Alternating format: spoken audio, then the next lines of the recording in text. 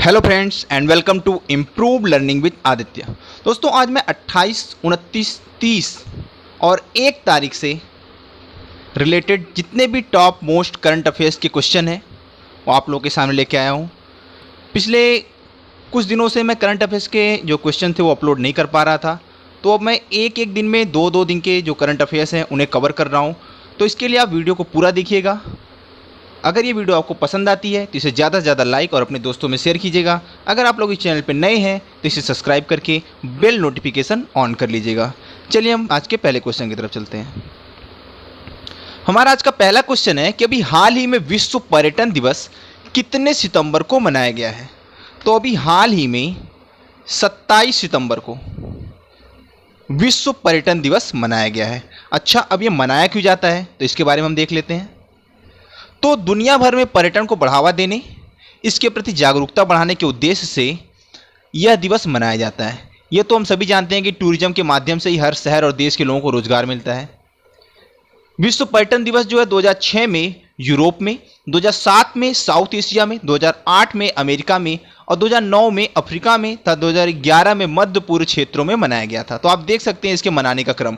लेकिन the late ignition अमदुआ अतिगबी नामक एक नाइजीरिया के राष्ट्र ने विचार दिया कि प्रत्येक वर्ष 27 सितंबर को विश्व पर्यटन दिवस के रूप में मनाया जाए, और वर्ष 2009 में इसके अभूतपूर्व योगदान को देखते हुए विश्व पर्यटन दिवस को 27 सितंबर को मनाया जाना स्वीकार कर लिया गया। तो इसके उद्देश्य को आप याद रखिए। और अगर इस बार के थीम की बात करें तो है टूरिज्म एंड रूरल डेवलपमेंट। हमारा नेक्स्ट क्वेश्चन है कि नासा ने कब तक चंद्रमा पर पहली महिला एस्ट्रोनॉट को उतारने की योजना बनाई है। तो नासा ने 2024 तक चंद्रमा पर पहली महिला एस्ट्रोनॉट को उतारने की योजना बनाई है। अब बात करते हैं नासा की। तो नासा अर्थात national aeronautics and space administration, यह एक अमेरिकी स्पेस एजेंसी है। इसकी स्थापना हुई थी 24 जुलाई 1958 को। इसका हेडक्वार्टर है वाशिंगटन डीसी यूएसए में। इसके प्रबंधक हैं चार्ल्स बोल्डन। और नासा जो वर्तमान में अंतर्राष्ट्रीय स्पेस स्टेशन बनाने पर ध्यान दे रहा है तथा चांद पर एक बार फिर से मानव को भेजने के लिए आर्टेमस कार्यक्रम चलाने की तैयारी कर रहा है, जिसके तहत वो पहली महिला एरोनॉट्स को वहां भेजेगा।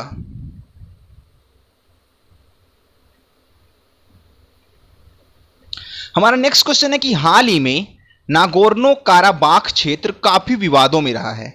यह किन दो देशों के मध्य विवादित भूमि है। तो आपको पता है कि इसमें आर्मेनिया और अजरबैजान के मध्य काफ़ी युद्ध की स्थिति बन गई है और युद्ध वहाँ पे चल भी रहे हैं आंतरिक, जिसकी वजह से लोगों को अंदेशा है कि ये कहीं तृतीय विश्व युद्ध का प्रारंभ ना हो और इसमें दूसरे अगर बड़ी शक्तियाँ कूद पड़ती हैं तो पूरे विश्व पटल को काफ़ी बड़ा नुकसान हो सकता है। तो ये जो नागोर्नो और काराबाख क्षेत्र है ये इन्हीं दोनों देश के बीच का विवादित हिस्सा है। तो चलिए सबसे पहले हम आर्मेनिया के बारे में देख लेते हैं। तो आप यहाँ देख सकते हैं कि ये है अजरबैजान और ये है आर्मेनिया, दोनों एक दूसरे के पड़ोसी देश हैं। तो आर्मेनिया की कैपिटल है येरेवान, राष्ट्रपति हैं आर्मेन सार्गस्यान और सोवियत संघ से स्वतंत्रता मिली थी 23 अगस्त 1990 को। यहाँ की करेंसी है द्राम। चलिए अब हम अजरबैजान के देख लेते हैं। तो अजरबैजान की कैपिटल है बाकू और राष्ट्रपति हैं इल्हाम इलीएव। सोवियत संघ से स्वतंत्रता मिली इसको 18 अक्टूबर 1991 को और करेंसी है इसकी मनत। हमारा नेक्स्ट क्वेश्चन है कि हाल ही में आयोजित सार्क की विदेश मंत्रियों की बैठक में सदस्य देशों ने किस देश में सार्क सम्मेलन आयोजित करने से इनकार कर दिया है। तो अभी पाकिस्तान में सार्क सम्मेलन आयोजित किया जाना था, लेकिन अब जो उसके सदस्य देश हैं सार्क के, उन्होंने वहां पर आयोजन करवाने से इनकार कर दिया है। चलिए सबसे पहले हम सार्क के बारे में देख लेते हैं। तो सार्क अर्थात दक्षिण एशियाई क्षेत्रीय सहयोग संगठन, इसका हेडक्वार्टर है काठमांडू नेपाल में। महासचिव हैं एसाला रुवान वैराकून। स्थापना हुई 8 दिसंबर 1985 को। कुल जीडीपी की है 9.9 ट्रिलियन अमेरिकी डॉलर और कुल सदस्य देश हैं 8। अब बात करते हैं पाकिस्तान की। तो पाकिस्तान की कैपिटल है इस्लामाबाद, राष्ट्रपति हैं आरिफ अलवी, प्रधानमंत्री हैं इमरान खान, करेंसी है पाकिस्तानी रुपया और पाकिस्तान के साथ सीमा बनाने वाले भारत के कुछ राज्य हैं पंजाब, राजस्थान, गुजरात, जम्मू कश्मीर जो कि अब केंद्र शासित प्रदेश बन गया है। अगला क्वेश्चन हमारा है कि हाल ही में AIFF अर्थात association of Indian football federation अखिल भारतीय फुटबॉल महासंघ के प्लेयर ऑफ द ईयर कौन बने हैं? तो अभी हाल ही में संजू एवं गुरप्रीत सिंह संधू ये दोनों लोग अभी प्लेयर ऑफ द ईयर बने हैं अखिल भारतीय फुटबॉल महासंघ के। इसके बारे में थोड़ा सा देख लेते हैं। तो इसकी स्थापना हुई थी 23 जून 1937 को और यह फीफा का सदस्य देश बना था 1948 को। इसका हेडक्वार्टर है द्वारका, दिल्ली में। और अखिल भारतीय फुटबॉल महासंघ के अध्यक्ष हैं प्रफुल्ल पटेल। पुरुष टीम के कोच की बात करें तो इगोर स्टमक हैं और महिला टीम की कोच है मैमोल रॉकी। हमारा नेक्स्ट क्वेश्चन है कि भारत की पहली तटरक्षक अकादमी कहां पर स्थापित की जाने की घोषणा की गई है? तो भारत की पहली तटरक्षक अकादमी जो है उसे मंगलुरु में स्थापित किए जाने की घोषणा की गई है, जिसे हम मैंगलोर भी कहते हैं। तो इसके बारे में हम देख लेते हैं दोस्तों। तो जो मंगलुरु है वो कर्नाटक में है और कर्नाटक की कैपिटल है बेंगलुरु। मुख्यमंत्री है BS येदियुरप्पा। राज्यपाल हैं वजुभाई वाला। साक्षरता दर है 66.6%। कुल जनसंख्या का लगभग 83% वहाँ पे हिंदू हैं, 11% मुस्लिम हैं तथा शेष जो है वो अन्य धर्मों के लोग हैं। अगला क्वेश्चन हमारा है सूचना की सार्वभौमिक पहुंच के लिए इंटरनेशनल डे कब मनाया जाता है? इंपॉर्टेंट क्वेश्चन है। तो ये मनाया जाता है हर साल 28 सितंबर को। अब इसके मनाने का हम आपको रीजन बता देते हैं। तो सूचना की सार्वभौमिक पहुंच के लिए अंतर्राष्ट्रीय दिवस अर्थात सामान्यतः सूचना दिवस के रूप में यह मनाया जाता है। यह प्रतिवर्ष 28 सितंबर को वैश्विक स्तर पर मनाया जाता है। सूचना तक सार्वभौमिक पहुंच का अर्थ है कि सभी को स्वस्थ और समावेशी ज्ञान समाज के लिए जानकारी मांगने, प्राप्त करने और प्रदान करने का अधिकार है। हमारा नेक्स्ट क्वेश्चन है कि विश्व रेबीज दिवस अभी हाल ही में कब मनाया गया है? तो विश्व रेबीज दिवस मनाया गया है 28 सितंबर को और इस बार के थीम की बात करें तो एंड रेबीज, कोलैबोरेट, वैक्सीनेट। इसके बारे में थोड़ा सा हम देख लेते हैं। तो 27-28 सितंबर को विश्व रेबीज दिवस के रूप में मनाया जाता है। इस बार 28 सितंबर को मनाया गया। इसका उद्देश्य रेबीज बीमारी था इसकी रोकथाम के बारे में लोगों को जागरूकता फैलाना। कुत्ते से ही नहीं बल्कि अन्य जानवरों के काटने से भी ये बीमारी होती है, ये लोगों को बताना। और यह वायरस से फैलने वाला जो ये रोग है वो बेहद गंभीर है। रेबीज एक ऐसा वायरल इन्फेक्शन है जो आमतौर पर संक्रमित जानवरों के काटने से फैलता है। कुत्ते, बिल्ली, बंदर आदि कई जानवरों के काटने से इस बीमारी के वायरस व्यक्ति के शरीर में प्रवेश कर जाते हैं और रेबीज का वायरस कई बार पालतू जानवर के चाटने या खून का जानवर के लार से संपर्क में आने पर भी फैल जाता है। तो रेबीज एक जानलेवा रोग है जिसके लक्षण बहुत देर से दिखाई देते हैं। अगर समय रहने पर इलाज न किया जाए तो यह जानलेवा भी साबित होता है। और कोविड-19 को देखते हुए इस बार जो मास मीडिया, इलेक्ट्रॉनिक मीडिया और प्रिंट मीडिया के माध्यम से लोगों के में इसके प्रति जागरूकता फैलाने के लिए कदम उठाए जा रहे हैं ताकि लोग इसके प्रति अधिक से अधिक जागरूक हों। इसलिए कोई भी जानवर अगर काटे तो आपको रेबीज का इंजेक्शन लगाना अनिवार्य है। हमारा नेक्स्ट क्वेश्चन है कि हाल ही में भारत के किस राज्य के चुनाव में कोरोना वायरस से पीड़ित व्यक्ति भी वोट देंगे और यह दुनिया का सबसे बड़ा चुनाव होगा कोरोना वायरस के दौरान। तो अभी हाल ही में बिहार में चुनाव होने वाले हैं। तो वहां पे जो कोरोना से पीड़ित व्यक्ति हैं उन्हें भी वोट देने का अधिकार दिया गया, अर्थात वो भी वोटिंग कर सकते हैं। अब बिहार के बारे में देख सकते हैं। तो बिहार की कैपिटल है पटना। मुख्यमंत्री हैं नीतीश कुमार। राज्यपाल है फागू चौहान। विधान परिषद में कुल सीटें 75। विधानसभा में कुल सीटें 243। राज्यसभा में कुल सीटें 16 और लोकसभा में कुल सीटें 40 हैं। और यहाँ की अभी हाल ही की जो साक्षरता दर घोषित की गई थी उसके हिसाब से 70.9% लोग यहाँ के साक्षर हैं। हमारा अगला क्वेश्चन है कि अभी हाल ही में अ बुके ऑफ फ्लावर्स नामक पुस्तक किसने लिखी है? तो अभी हाल ही में डॉक्टर कृष्णा सक्सेना ने अ बुके ऑफ फ्लावर्स नामक पुस्तक लिखी है। इसके बारे में अगर बात करें तो इसमें समाज के भीतरी कामकाज के अनछुए तौर तरीकों, विशेषकर बदलते मूल्यों और संस्कृति का वर्णन किया गया है। इस पुस्तक में उन्होंने समकालीन समाज की शक्तियों और कमजोरियों को बारीकी से प्रदर्शित किया है। हमारा नेक्स्ट क्वेश्चन है कि हाल ही में किस देश के प्रधानमंत्री मुस्तफा अदीब ने इस्तीफा दे दिया है, जिन्हें अगस्त में वहां का प्रधानमंत्री मनोनीत किया गया था? तो अभी हाल ही में लेबनान के प्रधानमंत्री मुस्तफा अदीब ने इस्तीफा दे दिया है। आपको पता है कि लेबनान में बेरूत में काफ़ी बड़ा धमाका हुआ था जिसके बाद से वहाँ के जो पहले प्रधानमंत्री थे उनसे इस्तीफा लेकर के इन्हें मनोनीत कर दिया गया था। तो अभी इन्होंने क्या किया है कि प्रधानमंत्री पद से इस्तीफा दे दिया गया। तो चलिए हम लेबनान के बारे में थोड़ा सा देख लेते हैं। तो लेबनान की कैपिटल है बेरूत, राष्ट्रपति है मिशेल सुलेमान और प्रधानमंत्री हैं साद हरीरी। फ्रांस से स्वतंत्रता मिली 26 नवंबर 1941 को और करेंसी है लेबनानी पाउंड। हमारा नेक्स्ट क्वेश्चन है कि अभी हाल ही में खुली सिगरेट की बिक्री पर किस राज्य की सरकार ने प्रतिबंध लगा दिया है। तो अभी हाल ही में महाराष्ट्र की गवर्नमेंट ने जो खुलेआम जो सिगरेट बिकती थी खुली हुई डिब्बे में से निकाल के, उसकी बिक्री पर अभी प्रतिबंध लगा दिया है। तो महाराष्ट्र के बारे में देख लेते हैं। महाराष्ट्र की कैपिटल है मुंबई, मुख्यमंत्री हैं उद्धव ठाकरे, राज्यपाल है भगत सिंह कोश्यारी और इन्हें गोवा का भी अतिरिक्त प्रभार अभी सौंप दिया गया है। हमारा अगला क्वेश्चन है कि अभी हाल ही में महात्मा गांधी की 150वीं जयंती के समापन समारोह पर किस देश में गांधी कथा का आयोजन किया गया। तो अभी हाल ही में मेडागास्कर में गांधी जी की 150वीं जयंती के समापन समारोह में एक गांधी कथा का आयोजन किया गया। तो चलिए मेडागास्कर के बारे में देख लेते हैं। यहाँ की कैपिटल है अंतानानारिवो, प्रधानमंत्री हैं इयूजीनी मैंगलाजा। फ्रांस से इसको स्वतंत्रता मिली 26 जून 1960 को और यह हिंद महासागर में अफ्रीका के पूर्वी तट पर स्थित एक द्वीपीय देश है तथा विश्व का चौथा सबसे बड़ा द्वीप है। यहाँ की करेंसी है मालागासी एरियरी। नेक्स्ट क्वेश्चन है कि अभी हाल ही में केंद्र सरकार ने एमएसएमई के लिए एक मजबूत रणनीति तैयार करने के लिए कितने कार्यबलों का गठन किया है। तो अभी हाल ही में एमएसएमई के लिए एक मजबूत रणनीति तैयार करने के लिए 5 कार्यबलों का गठन किया गया केंद्र सरकार द्वारा। हमारे एमएसएमई मिनिस्टर हैं नितिन गडकरी। नेक्स्ट क्वेश्चन हमारा कि अभी हाल ही में किस देश के साथ बौद्ध संबंधों को बढ़ावा देने के लिए भारत सरकार ने $15 मिलियन की सहायता राशि प्रदान की है। तो अभी हाल ही में श्रीलंका के साथ बौद्ध संबंधों को बढ़ावा देने के लिए भारत सरकार ने $15 मिलियन की सहायता राशि प्रदान की है। चलिए हम श्रीलंका के बारे में देख लेते हैं। तो श्रीलंका की कैपिटल है जयवर्धनेपुरा कोट्टे, राजभाषा है सिंघला या तमिल, राष्ट्रपति हैं गोटाबय राजपक्षे, प्रधानमंत्री हैं महिंद्रा राजपक्षे। स्वतंत्रता इसको मिली यूनाइटेड किंगडम से 4 फरवरी 1948 को। गणराज्य की घोषणा हुई 22 मई 1972 को और करेंसी है श्रीलंकाई रुपया और भारत और श्रीलंका के बीच जो खाड़ी है उसका नाम है पाक खाड़ी।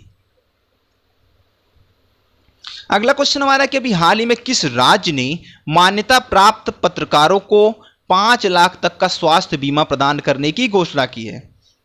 तो अभी हाल ही में उत्तर प्रदेश गवर्नमेंट ने मान्यता प्राप्त पत्रकारों को 5 लाख तक का स्वास्थ्य बीमा जो कोविड-19 के समय में है वो प्रदान करने की घोषणा किया है। तो चलिए हम पहले उत्तर प्रदेश के बारे में देख लेते हैं। उत्तर प्रदेश की कैपिटल है लखनऊ, मुख्यमंत्री हैं आदित्यनाथ योगी, राज्यपाल हैं आनंदीबेन पटेल, उच्च न्यायालय है यहाँ का प्रयागराज और खंडपीठ है उसकी लखनऊ में। मुख्य न्यायाधीश हैं जस्टिस गोविंद माथुर। जनसंख्या 20 करोड़ से भी अधिक है, लगभग 23 करोड़ के आसपास। साक्षरता दर है 67.68% और इस समय की बात करें तो ये लगभग 73% हो चुकी है जो नई साक्षरता दर की गणना हुई थी, जिसमें पुरुष साक्षरता दर लगभग 80% के आसपास है और महिला साक्षरता दर 60% है। ब्रिटिश काल में यूनाइटेड प्रोविंस के नाम से जाना जाता था, जिसे 1950 में बदलकर उत्तर प्रदेश कर दिया गया था जब इसका गठन हुआ। 19 नवंबर 2000 को उत्तर प्रदेश का विभाजन करके उत्तराखंड नया राज्य बनाया गया। यहाँ पर सबसे अधिक बोले जाने वाली बोली हिंदी है और उत्तराखंड, हिमाचल प्रदेश, बिहार, झारखंड, मध्य प्रदेश, छत्तीसगढ़, राजस्थान, हरियाणा और एक केंद्र शासित प्रदेश दिल्ली सहित कुल 9 राज्यों के साथ ये सीमाएं बनाता है। अगला क्वेश्चन हमारा कि अभी हाल ही में जसवंत सिंह का निधन हो गया, वे कौन थे। तो ये अटल बिहारी वाजपेयी के कार्यकाल में ये 2 पद संभाले थे। इन्होंने रक्षा मंत्रालय भी संभाले थे और वित्त मंत्रालय भी ये संभाले थे। तो इनका भी हाल ही में देहांत हो गया है। हमारा अगला क्वेश्चन है कि हाल ही में किस राज्य सरकार ने कक्षा 8 तक के छात्रों के लिए रेडियो पाठशाला कार्यक्रम शुरू किया है। तो अभी हाल ही में उड़ीसा की गवर्नमेंट ने राज्य सरकार ने अभी 8 तक के छात्रों के लिए रेडियो पाठशाला कार्यक्रम शुरू किया है। चलिए हम उड़ीसा के बारे में देख लेते हैं। तो उड़ीसा की कैपिटल है भुवनेश्वर, मुख्यमंत्री है नवीन पटनायक, राज्यपाल है गणेशी लाल, राज्यसभा की कुल सीटें हैं 10, लोकसभा की कुल सीटें हैं 20, कुल जिले हैं यहाँ पे 30। इसका गठन हुआ था 26 जनवरी 1950 को। पड़ोसी राज्य हैं पश्चिम बंगाल, झारखंड, आंध्र प्रदेश, तेलंगाना और छत्तीसगढ़। अगला क्वेश्चन हमारा है कि अभी हाल ही में विश्व हृदय दिवस अर्थात वर्ल्ड हार्ट डे कब मनाया गया है? तो अभी हाल ही में 29 सितंबर को विश्व हृदय दिवस के रूप में मनाया गया है। अब ये क्यों मनाया जाता है इसके बारे में आपको बता दूं। तो इसके मनाने के पीछे यह उद्देश्य है लोगों को दिल से जुड़ी बीमारियां हैं उसके प्रति जागरूक करना। आज के समय में गलत लाइफस्टाइल के चलते छोटी उम्र से लेकर बुजुर्ग तक जो है वो हृदय रोग से पीड़ित देखे जा रहे हैं। हृदय रोग पूरे विश्व में आज एक गंभीर बीमारी के तौर पर उभर कर सामने आ रहा है। पूरी दुनिया जो है दिल के दौरे से लगभग 1 करोड़ से अधिक लोगों की मौत हो जाती है। ये हर साल का आंकड़ा है। इसमें से 50% लोग अस्पताल पहुंचने से पहले ही दम तोड़ देते हैं। अतः हृदय रोग की एक अहम वजह बन चुका है मौत की, जिसके लिए जागरूक होना अति आवश्यक है। अगर समय पर हृदय से जुड़ी समस्याओं पर काबू नहीं पाया जाता है तो 2020 तक हर तीसरे इंसान की मौत का प्रमुख कारण हृदय रोग ही होगा, ऐसा एक आंकड़े में बताया गया है।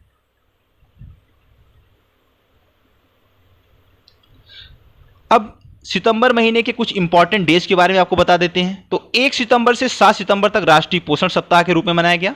2 सितंबर विश्व नारियल दिवस, 3 सितंबर गगनचुंबी दिवस, 5 सितंबर अंतर्राष्ट्रीय चैरिटी दिवस और राष्ट्रीय शिक्षक दिवस के रूप में मनाया गया। 7 सितंबर को ब्राजील का स्वतंत्रता दिवस मनाया गया। 8 सितंबर को अंतर्राष्ट्रीय साक्षरता दिवस तथा विश्व भौतिक चिकित्सा दिवस के रूप में मनाया गया। 10 सितंबर को विश्व आत्महत्या रोकथाम दिवस मनाया गया। 14 सितंबर को हिंदी दिवस के रूप में मनाया गया। 15 सितंबर को इंजीनियर्स डे के रूप में मनाया गया और अंतर्राष्ट्रीय लोकतंत्र दिवस के रूप में मनाया गया। 16 सितंबर को मलेशिया डे और विश्व ओजोन संरक्षण दिवस मनाया गया। 18 सितंबर को अंतर्राष्ट्रीय समान वेतन दिवस मनाया गया और 21 सितंबर को विश्व अल्जाइमर दिवस तथा अंतर्राष्ट्रीय शांति दिवस के रूप में मनाया गया। इसके अलावा 22 सितंबर को world rose day, world rhino day के रूप में मनाया गया। 23 सितंबर को international day of sign language अर्थात अंतर्राष्ट्रीय सांकेतिक भाषा दिवस के रूप में मनाया गया। बात करें थीम की तो उसकी थीम थी साइन लैंग्वेजेस फॉर एवरीवन। 24 सितंबर को वर्ल्ड मैरीटाइम डे अर्थात विश्व समुद्री दिवस मनाया गया। इसकी थीम थी sustainable shipping for a sustainable planet. 25 सितंबर को मनाया गया वर्ल्ड फार्मासिस्ट डे। इसकी थीम थी ट्रांसफार्मिंग ग्लोबल हेल्थ। 25 सितंबर को ही मनाया गया अंत्योदय दिवस। 26 सितंबर को मनाया गया विश्व पर्यावरण स्वास्थ्य दिवस, जिसकी थीम थी इन्वायरमेंट हेल्थ और की public intervention in disease pandemic prevention. 28 सितंबर को मनाया गया रेबीज डे और 29 को मनाया गया था अभी वर्ल्ड हार्ट डे। तो इतना आप लोग याद रखिएगा। हमारा नेक्स्ट क्वेश्चन है कि अभी हाल ही में किस देश के प्रधानमंत्री द्वारा डिजिटल बिजनेस प्लान की घोषणा की गई? तो अभी हाल ही में ऑस्ट्रेलिया के प्रधानमंत्री द्वारा डिजिटल बिजनेस प्लान की घोषणा हुई है। अभी आपको पता है कोविड-19 की वजह से बहुत सारे जो रोजगार हैं और उद्योग धंधे वो सारे ठप पड़े हैं। तो जो ऑस्ट्रेलिया की सरकार है उसने अभी जो बिजनेस प्लान है उसको डिजिटली करने का घोषणा किया है। तो चलिए हम ऑस्ट्रेलिया के बारे में देख लेते हैं। तो ऑस्ट्रेलिया की कैपिटल है कैनबरा। प्रधानमंत्री हैं स्कॉट मॉरिसन। करेंसी है ऑस्ट्रेलियाई डॉलर। यह दुनिया का सबसे छोटा महाद्वीप है तथा सबसे बड़ा द्वीप है जो कि हिंद महासागर तथा प्रशांत महासागर से घिरा हुआ है। यह देश दक्षिणी गोलार्ध में स्थित है। यहाँ की कुल पॉपुलेशन की बात करें तो 2.5 करोड़ है और यह जो है खेलों का देश भी कहा जाता है क्योंकि यहाँ पे आधे से अधिक जो जनसंख्या है वो किसी न किसी तरह के खेलों में हमेशा इन्वॉल्व रहती है। हमारा अगला क्वेश्चन है कि अभी हाल ही में माली के नए पीएम कौन बने हैं? तो अभी हाल ही में माली के नए पीएम बने हैं मोक्टर ओअने। ये जो पिक्चर में दिखाई दे रहे हैं यही है मोक्टर ओने और इन्हें अभी माली का नया पीएम बनाया गया है। अब माली गणराज्य के बारे में देख लेते हैं। तो कैपिटल है यहाँ की बमाको। राजभाषा है फ्रांसीसी। राष्ट्रपति हैं इब्राहिम बाबकार। प्रधानमंत्री हैं मोक्टर ओअने जिन्हें अभी नियुक्त किया गया है। फ्रांस से स्वतंत्रता इसको मिली थी 22 सितंबर 1960 को और करेंसी है वेस्ट अफ्रीकन CFA फ्रांक। हमारा नेक्स्ट क्वेश्चन है कि अभी हाल ही में भारतीय रिजर्व बैंक ने किस फिल्म अभिनेता को ग्राहक जागरूकता अभियान अर्थात कस्टमर अवेयरनेस कैंपेन के लिए चुना है? तो पिक्चर में दिखाई दे रहे हैं ये है अमिताभ बच्चन और इन्हें अभी रिजर्व बैंक ऑफ इंडिया ने ग्राहक जागरूकता अभियान का इन्हें ब्रांड एम्बेसडर चुना है। अब आरबीआई के बारे में देख लेते हैं। तो आरबीआई की स्थापना हुई 1 अप्रैल 1935 को। गवर्नर इसके हैं वर्तमान में शक्तिकांत दास जो कि 25वें गवर्नर हैं। हेडक्वार्टर इसका है मुंबई महाराष्ट्र में। यह भारत का एक केंद्रीय बैंक है तथा यह भारत के सभी बैंकों का संचालक है। रिजर्व बैंक जो है वो भारत की इकोनॉमी को भी कंट्रोल करता है। हमारा अगला क्वेश्चन है कि अभी हाल ही में भारतीय फिल्म और टेलीविजन संस्थान सोसाइटी का नया अध्यक्ष किसे बनाया गया है। तो पिक्चर में दिखाई दे रहे हैं ये है शेखर कपूर, और इन्हें ही अभी भारतीय फिल्म एवं टेलीविजन संस्थान सोसाइटी का नया अध्यक्ष नियुक्त किया गया है। अब भारतीय फिल्म एवं टेलीविजन संस्थान के बारे में देख लेते हैं। इसकी स्थापना हुई थी 1960 को। इसके प्रमुख अभी यही बनाए गए शेखर कपूर, और ये जहां पे स्थित है वो है पुणे, महाराष्ट्र। अगला क्वेश्चन हमारा है कि G20 शिखर सम्मेलन के आयोजन की अध्यक्षता वर्चुअली रूप से कौन सा देश करेगा। तो सऊदी अरब अभी G20 शिखर सम्मेलन की वर्चुअली रूप से अध्यक्षता करेगा। तो चलिए हम सबसे पहले G20 के बारे में देखते हैं। तो G20 की स्थापना हुई थी 1999 में। कुल सदस्य देश है इसमें 20, जैसा कि नाम से भी दिख रहा है G20। उद्देश्य इसका वैश्विक अर्थव्यवस्था में प्रणालीबद्ध महत्वपूर्ण औद्योगिक और विकासशील अर्थव्यवस्थाओं को एक साथ लाने के लिए महत्वपूर्ण मुद्दों पर चर्चा करना। अब बात करते हैं सऊदी अरब की। तो सऊदी अरब की कैपिटल है रियाद, भाषा है अरबी, सरकार है इस्लामिक पूर्ण राजशाही, खादिम अल हरामीन शरीफ हैं शाह सलमान, युवराज हैं शहजादा मोहम्मद। मान्यता मिली 20 मई 1927 को, और यहाँ की करेंसी है रियाल। अगला क्वेश्चन हमारा है कि अभी हाल ही में एनएसजी के डायरेक्टर जनरल कौन बन गए हैं। तो एनएसजी अर्थात नेशनल सिक्योरिटी गार्ड, और इसके भी डायरेक्टर जनरल बने हैं एस देसवाल, जो कि आईटीबीपी के भी डीजी हैं। ठीक है, तो चलिए हम पहले एनएसजी के बारे में देख लेते हैं, अर्थात नेशनल सिक्योरिटी गार्ड, राष्ट्रीय सुरक्षा गार्ड, जिसकी स्थापना हुई थी 1984 में। यह एक सरकारी संस्था है और इसका आदर्श वाक्य है सर्वत्र सर्वोत्तम सुरक्षा। डायरेक्टर जनरल है एस देसवाल, और पेरेंट ऑर्गेनाइजेशन है भारतीय पुलिस सेवा, भारतीय थल सेना। नेक्स्ट क्वेश्चन हमारा है कि अभी हाल ही में अंतरराष्ट्रीय अनुवाद दिवस कितने सितंबर को मनाया गया है। तो अभी हाल ही में 30 सितंबर को अंतरराष्ट्रीय अनुवाद दिवस के रूप में मनाया गया है। अब इसके बारे में आपको थोड़ा सा बता दें तो अंतरराष्ट्रीय अनुवाद दिवस का महत्व एक दूसरे से जुड़ने वाले राष्ट्रों में पेशेवर अनुवाद की भूमिका को पहचानना एवं उसकी सराहना करना। आपको पता है कि जो इंडिया का कोई भी मंत्री किसी और देश में जाता है, वहाँ की लैंग्वेज नहीं पता होती है, तो वहाँ पे अनुवादक होते हैं। इसी चीज़ को बढ़ावा देने के लिए और दुनिया भर में इसकी पहचान और इसके कार्यों की सराहना करने के लिए अंतर्राष्ट्रीय अनुवाद दिवस मनाया जाता है। यह दिन दुनिया भर में अनुवाद समुदाय के लिए एकजुटता प्रदर्शित करने के लिए भी मनाया जाता है। नेक्स्ट क्वेश्चन हमारा है कि अभी हाल ही में ट्राई अर्थात telecom regulatory authority of India के नए अध्यक्ष कौन बने हैं। ये जो पिक्चर में दिखाई दे रहे हैं पीडी बाघेला, और यही अभी telecom regulatory authority of India अर्थात ट्राई के नए अध्यक्ष बने हैं। तो चलिए हम पहले ट्राई के बारे में देख लेते हैं। तो इसे भारतीय दूरसंचार विनियामक प्राधिकरण भी कहते हैं। इसकी स्थापना हुई थी 1997 को। इसका उद्देश्य है स्वतंत्र विनियामक अर्थात इंडिपेंडेंट रेगुलेशन। अध्यक्ष हैं पीडी बघेला, और हेडक्वार्टर इसका है जवाहरलाल नेहरू मार्ग, नई दिल्ली। अगला क्वेश्चन हमारा कि हाल ही में नमामि गंगे मिशन के तहत प्रधानमंत्री नरेंद्र मोदी ने किस राज्य में 6 मेगा प्रोजेक्ट का उद्घाटन किया है। तो अभी हाल ही में नमामि गंगे मिशन के तहत उत्तराखंड में प्रधानमंत्री नरेंद्र मोदी ने 6 मेगा प्रोजेक्ट का उद्घाटन किया है। तो चलिए हम सबसे पहले उत्तराखंड के बारे में देखते हैं। तो उत्तराखंड की कैपिटल है देहरादून, मुख्यमंत्री हैं त्रिवेंद्र सिंह रावत, राज्यपाल हैं बेबी रानी मौर्य। उत्तराखंड उत्तर प्रदेश से अलग होकर 9 नवंबर 2000 को भारत का 27वां राज्य बना था। यहाँ की आधिकारिक भाषा हिंदी और संस्कृत है, और यहाँ पर गढ़वाली और कुमाऊनी भी बोली जाती है। यह उत्तर प्रदेश तथा हिमाचल प्रदेश के साथ अपनी सीमाएं बनाता है। नंदा देवी, जिसकी कुल लंबाई 7816 मीटर, उत्तराखंड की सबसे ऊंची चोटी है। गंगा तथा जमुना हिंदू मान्यताओं के अनुसार यहीं से क्रमशः गंगोत्री और यमुनोत्री से निकलती हैं। फूलों की घाटी भी उत्तराखंड में है। भारत का सबसे पुराना national park Jim Corbett national park भी उत्तराखंड में ही है। और जब उत्तर प्रदेश से उत्तराखंड अलग हुआ था तो 7 नेशनल पार्क में से जो 6 नेशनल पार्क थे वो उत्तराखंड में चले गए थे। हमारा अगला क्वेश्चन है कि अभी हाल ही में एसबीआई ने किस बैंक में 1760 करोड़ रुपए का निवेश करने की घोषणा की है। तो अभी हाल ही में एसबीआई ने यस बैंक में 1760 करोड़ रुपए का निवेश करने की घोषणा की है। तो चलिए सबसे पहले एसबीआई के बारे में देखते हैं। तो एसबीआई की स्थापना हुई थी 1806 कोलकाता में, और सबसे पहले इसे बैंक ऑफ कोलकाता के रूप में स्थापित किया गया था। इसका हेडक्वार्टर है कॉरपोरेट सेंटर मैडम काबा रोड, मुंबई, और इसके प्रमुख हैं दिनेश कुमार खारा, जो कि अभी 7 अक्टूबर से इन्होंने चार्ज लिया है, और एक सार्वजनिक सेक्टर का बैंक है। अब बात करते हैं यस बैंक की। तो इसकी स्थापना हुई थी 2004 में। संस्थापक हैं राणा कपूर एवं अशोक कपूर। मुख्यतः यह कॉरपोरेट बैंक के रूप में खुदरा बैंकिंग के साथ और सहायक प्रबंधन के रूप में कार्य करता है। इसके सीईओ हैं प्रशांत कुमार और ये एक निजी सेक्टर का बैंक है।